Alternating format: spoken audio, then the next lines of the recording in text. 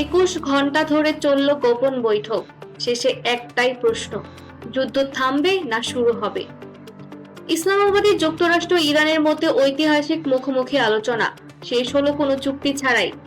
মার্কিন vice president JD Vance সরাসরি জানিয়েছেন, আমরা একটা ফাইনাল অফার দিয়েছি, কিন্তু ইরান এখনো রাজি নয়।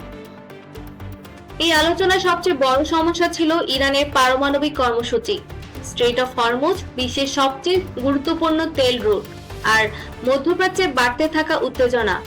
যুক্তরাষ্ট্র চায় ইরান লিখিতভাবে প্রতিশ্রুতি দিক তারা কখনো পারমাণবিক অস্ত্র তৈরি করবে না, কিন্তু ইরান বলছে, আমরা আমাদের নিরাপত্তা নিয়ে কোনো আপোষ করব না।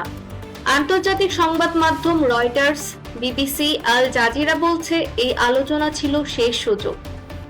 কারণ মাত্র 2 সপ্তাহের এক নাজুক যুদ্ধবিরতির এখন ঝুলিয়ে আছে অনিশ্চয়তায়।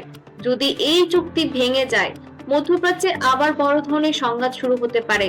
বিশেষজ্ঞরা বলছেন, হরমুজ প্রণালীতে কোনো সংঘর্ষ মানেই বিশ্বব্যাপী তেলের দাম আকাশচুম্বী।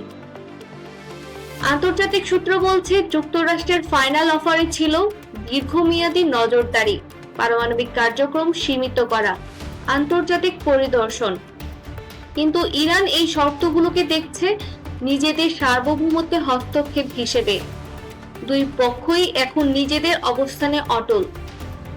বিশ্বজুড়ে এখন একটাই প্রশ্ন, এটাই কি নতুন যুদ্ধের শুরু?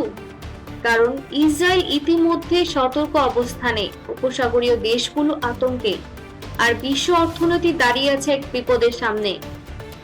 21 ঘন্টার আলোচনা, কোনো চুক্তি নেই, আর সামনে মাত্র 14 দিন। এই সময়ের মধ্যেই ঠিক হবে শান্তি না যুদ্ধ।